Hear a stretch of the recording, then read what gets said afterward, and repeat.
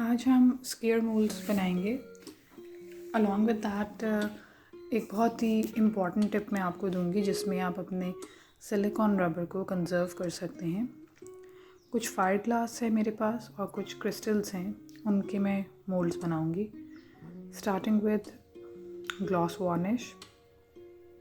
Gloss varnish से बहुत ही glossy kind of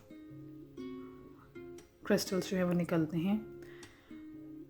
gloss varnish के ड्राई होने के बाद मैंने सिलिकॉन मोल्ड रिलीज स्प्रे को स्प्रे किया है। बहुत ज़रूरी है ये दोनों स्टेप्स करने। देन मैं ग्लू गन की हेल्प से सारे क्रिस्टल्स को पेस्ट कर रही हूँ। बहुत करीब करीब भी ना करें क्योंकि आपने हर क्रिस्टल की एक वॉल को बिल्ड करना है। अगर बहुत करीब होंगे तो there will be a chance कि बहुत थोड़ा सा सिलिकॉन दो क्रिस्टल्स के मिड में जाएगा और वो वॉल नहीं होगी, वो बस एक थिन सी स्किन होगी। तो there should be some different distance between two silicon crystals और फायर ग्लास। मैंने ये फोम बोर्ड की कुछ स्ट्रिप्स काट ली हैं, मैं इनसे वॉल्स बनाऊंगी। इंस्टेड ऑफ स्क्वायर मैंने लंबी लंबी स्ट्रिप्स जो हैं वो काट कर ली थी।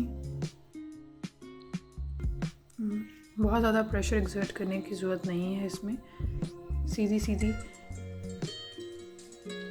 ग्लू गन की हेल्प से जो है ये वॉल्स बहुत अच्छे तरीके से खड़ी होती जाती हैं। बिल्कुल भी कोई प्रेशर इन्वॉल्व नहीं है।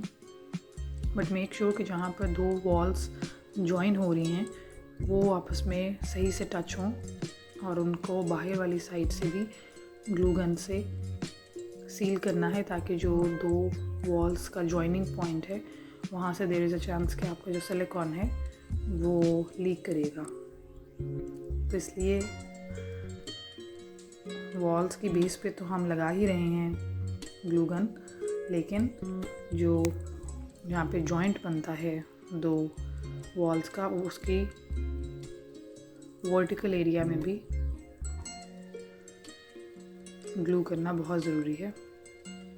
मैंने सेम साइज़ की कटिंग कर ली है इस एरिया की, इस वॉल की जितनी कैपेसिटी थी उसमें। अब मैं इसकी वॉल्स नीचे से भी कर रही हूँ और टॉप सरफेस पे भी, लाइक दिस।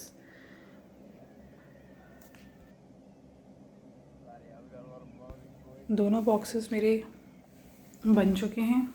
अब मैं इसमें सिलिकॉन जो है वो ऐड करूँगी।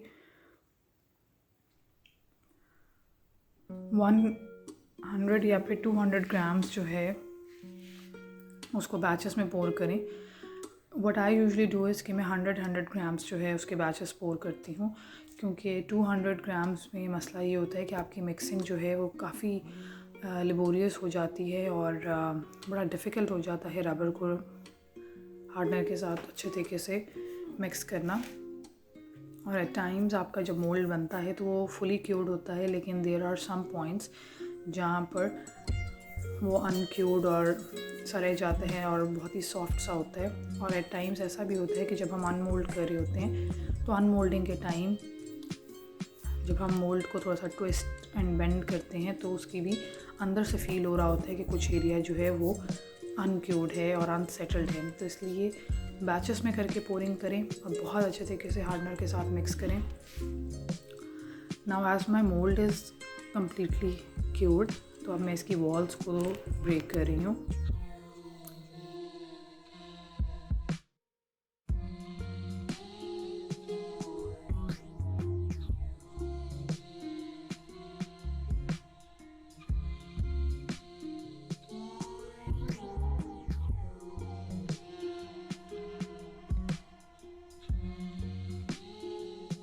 जो थिन फिल्म है उसको मैं एग्जैक्टो नाइफ़ की हेल्प से ट्रिम कर रही हूँ, जिससे जो है मोल्ड बहुत ही अच्छे तरीके से नीट बन जाता है। Now let's see. सारे जो क्रिस्टल्स हैं वो बहुत ही आराम से अनमोल्ड हो रहे हैं, जस्ट बिकॉज कि हमने मोल्ड रिलीज स्प्रे भी यूज़ किया था। अदरवाइज़ भी इसको हो जाना चाहिए, लेकिन आई नेवर टेक रिस्क। जो थोड़े से एजेस इसके रफ़ हैं और जो क्रिस्टल्स वाली कैविटीज़ में स्किन आई हुई है उसको एक्सैक्टो नाइफ की हेल्प से नीट कर रही हूँ मैं। Now let's start with the second mould. इसमें एक बहुत इम्पॉर्टेंट जो मैं आपको टिप दूँगी वो ये कि हर मोल्ड में हमारा 200 मिनिमम जो है वो अप्रॉक्सीमेटली सिलिकॉन लग जाता है। तो अगर आपके पास कोई ऐसा मोल्ड है जो कि ख़राब हो चुका है, यूज़लेस है, या फिर जो है वो स्टक हुआ और वो ख़राब हो गया और मे बी आपका सही बना नहीं, तो जो लेकिन mould should be fully cured, उसमें वो टैकीनेस और स्टिकीनेस नहीं होनी चाहिए। तो अगर आपका कोई भी ऐसा रफ़ मोल्ड है जो कि यूज़लेस हो चुका है तो उसकी हेल्प से आप जो एम्प्टी एरियाज़ हैं उनको कवर कर सकते हैं। जैसे कि आप मेरे मोल्ड में राइट और लेफ़्ट कॉर्नर को देख सकते हैं कि वो बिल्कुल एम्प्टी है, वहाँ पे कोई क्रिस्टल नहीं है। तो वहाँ पर एज अ फिलर मैं एक मोल्ड जो है उसकी कटिंग करके कॉर्नर्स में वो प्लेसिंग करूँगी ताकि ये एरिया जो है फिल हो जाए।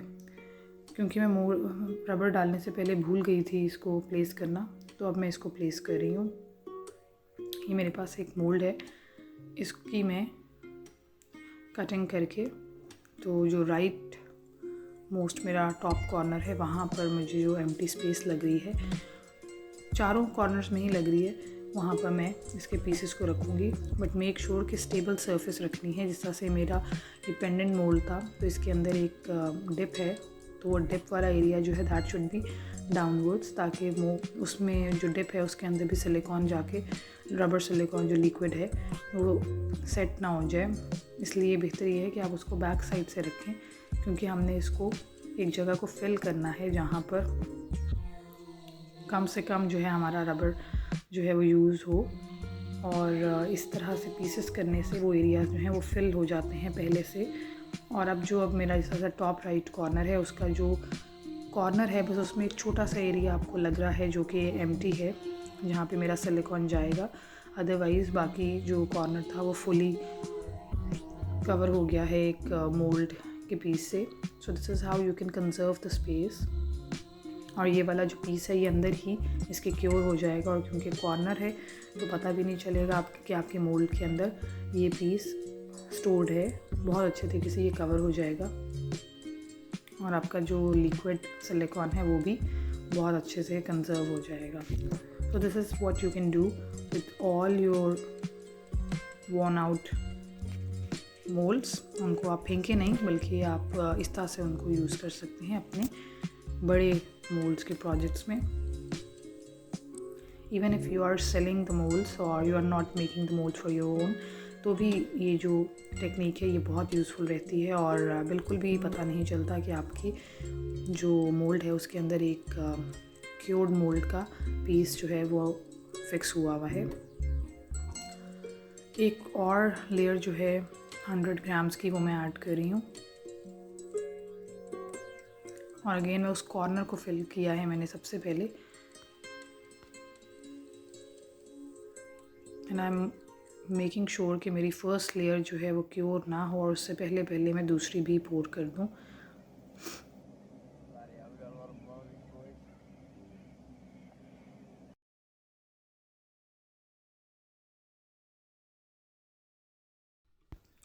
While popping the bubbles, I felt कि जो मेरी पिन है वो क्रिस्टल्स को टच हो रही है, और जिससे मुझे ये फ़ील हुआ कि अगर मैंने एक और लेयर ना सिलिकॉन की डाली तो फिर जो बेस होगी मोल्ड की वो बहुत ही थिन होगी, और जब मैं अनमोल्ड करूँगी तो शायद वो थिन स्किन जो है वो रप्चर हो जाए और मेरा पूरा मोल्ड वेस्ट हो जाए। इसलिए मैंने इसके ऊपर एक और 100 ग्राम्स की लेयर जो है वो पोर कर दी है। और अब मुझे फ़ील हो रहा था कि बिल्कुल ठीक है, इसलिए I just let that mould cure. Again इसको अनमोल्ड करते हैं और इसका रिज़ल्ट भी देख लेते हैं।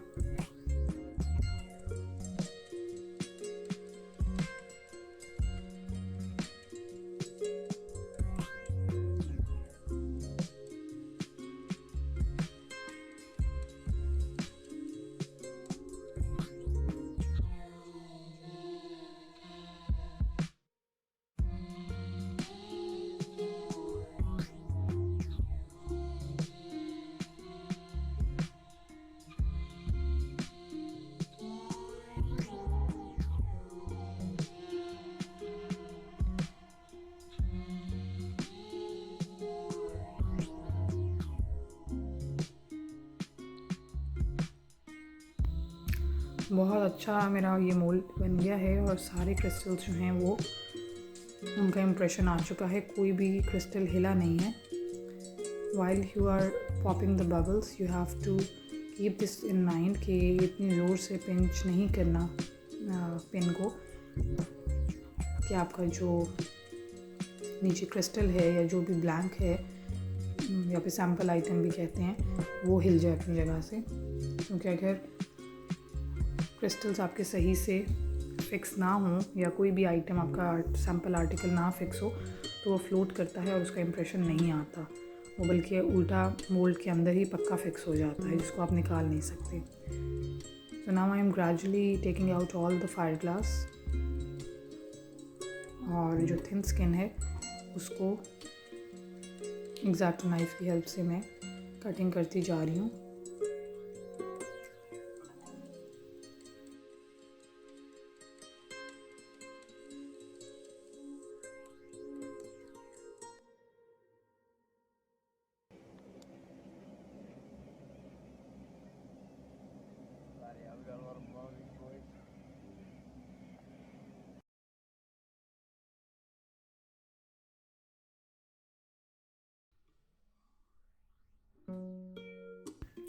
So this was all about some scare molds.